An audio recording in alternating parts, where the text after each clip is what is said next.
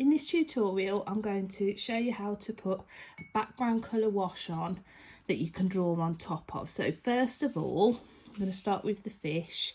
I'm going to put some water, clean water, onto the areas that I'm going to apply watercolour paint to. So then I'm going to pick up a little bit of colour and start to apply it. Okay, now I'm just going to put a little bit of additional water just to help that spread a little bit more.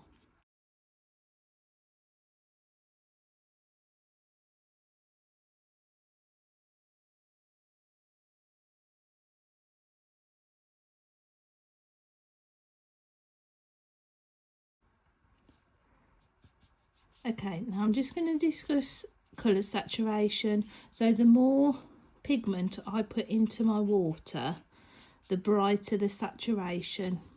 Okay, so here I've not used white paint. I'm just using the white of the paper and water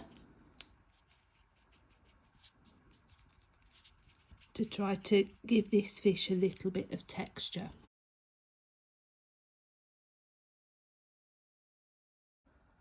Okay, so my second layer is going to be the orange. So I've pretty much drawn my contours of where the orange is going to go, and I'm just going to use some clean water again to just coat that area and just pick up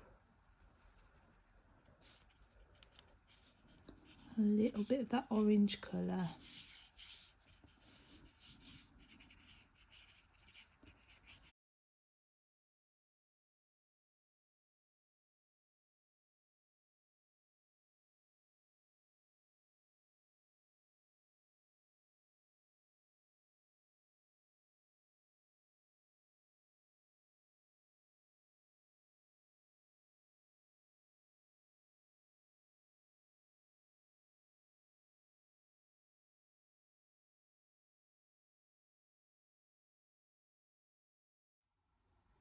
This second part of the tutorial, we're going to talk about how we're actually going to apply the detail and shade into this drawing.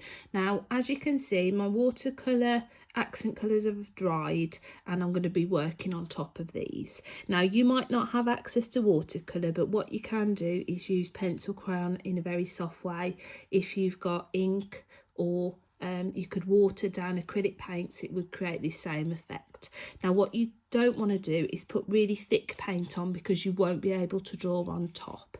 Okay, so once you've got this background dry, okay, I'm going to choose to do part of my drawing with a black pencil.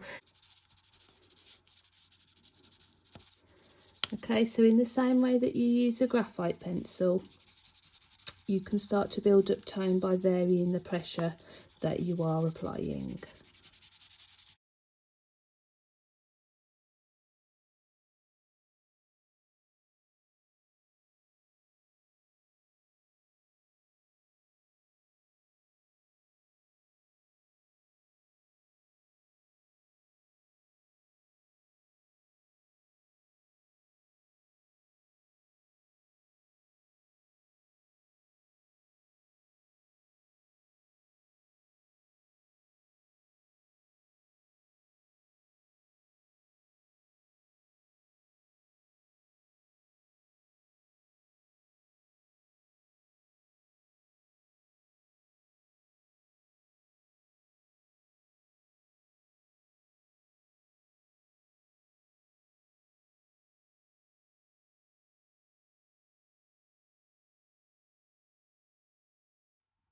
So the next stage of my composition, I'm going to start to work on the second fish. So as you can see, the difference between the two, the first one has got quite a lot of textural detail. This one looks quite flat at the moment. So what I'm going to do is start to apply some hatching lines. So talking about drawing techniques, okay, hatching is when you apply the lines in the same direction, okay, to build up a pattern. So I'm almost using a slightly diagonal effect here. This is relatively easy technique because that is the way your hand would naturally draw. If you were left-handed, the lines would be coming from this direction, so you would just need to turn your work the other way, okay, to make it easier for you. Okay, so hatching small lines placed closely together. Now, what we also want on top of this is some tone. So looking at the side of my fish on the photograph, this area here is in shadow. So I'm going to build up over the top of the watercolour and over the top of my original drawing some blending. Okay, so I'm pressing hard on the outside and then getting that gradient getting softer and softer as it goes up. Now it's that effect that's going to make this object look curved. So if I have a second go from the other side, okay, I've pressed quite hard on that line, and then I'm going to build up incredibly softly so I can barely see where that gradient is going to end.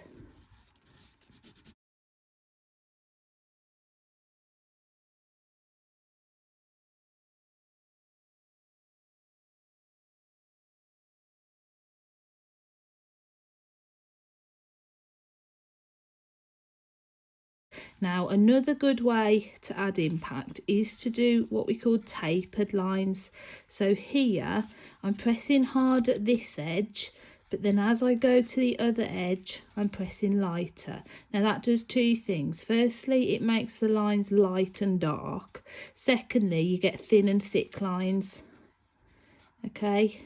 Now it is little tricks like that that's going to make your work look a little bit more organic. So if you are drawing any type of animal shell, petal, flowers, etc., it will give it a slightly more organic feel.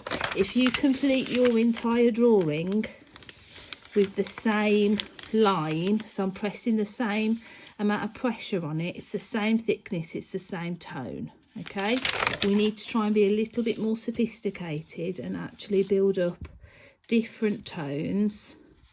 So just imagine, yes, this might be a black pencil, but imagine you're just using an ordinary pencil. Okay, and just get used to that changing of that line quality on every line that you add on. Okay, so I'm going to work on building this up in a little bit more detail, and then we'll talk about the watch and the other aspects of the composition. So in this next part of the tutorial, okay, we're going to talk about another drawing technique called scumbling. So scumbling is when you go round and round to create slightly more random markings. Now ideally this is done on top of a background, okay? So looking at this fish texture of the scales, I'm not going to be able to draw every single scale on this fish, okay? So you need to give the illusion that there's scales there. So I'm working quickly, I'm adding almost like semicircles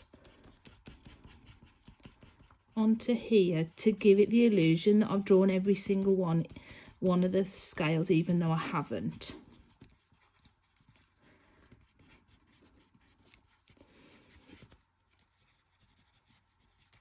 Okay, so you can kind of see the effect that I've already done on the face. Okay, that has just broken that area up, so it's not a big gap. Okay, every single part of that has got some tone or some texture on there.